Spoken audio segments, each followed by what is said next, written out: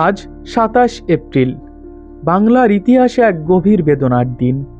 এই দিনেই ১৯৬২ সালে না ফেরার দেশে পাড়ি জমান বাংলার অবিস্মরণীয় নেতা আবুল কাশেম ফজলুল হক, যাকে আমরা শ্রদ্ধাভরে ডাকি শেরে বাংলা নামে।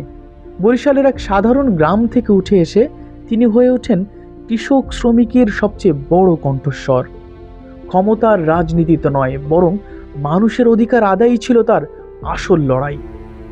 ১৯৩৭ সালে অবিভক্ত বাংলার মুখ্যমন্ত্রী হিসেবে দায়িত্ব নিয়ে তিনি কৃষকদের জন্য গঠন করেন ঋণ সালিসি বোর্ড, পাশ করেন প্রজাস্বত্ব আইন, যা জমিদারি শোষণের বিরুদ্ধে ছিল এক যুগান্তকারী পদক্ষেপ।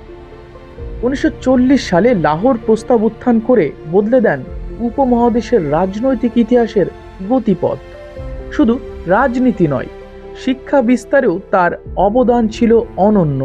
ঢাকা বিশ্ববিদ্যালয় প্রতিষ্ঠার পেছনে তার ভূমিকা আজও শ্রদ্ধার সঙ্গে স্মরণ করা হয়। কিন্তু তাকে শেরে বাংলা বলা হয় কেন? কারণ তিনি কখনো অন্যায়ের সঙ্গে আপোষ করেননি। তিনি ছিলেন নির্ভীক, ছিলেন জনতার নেতা।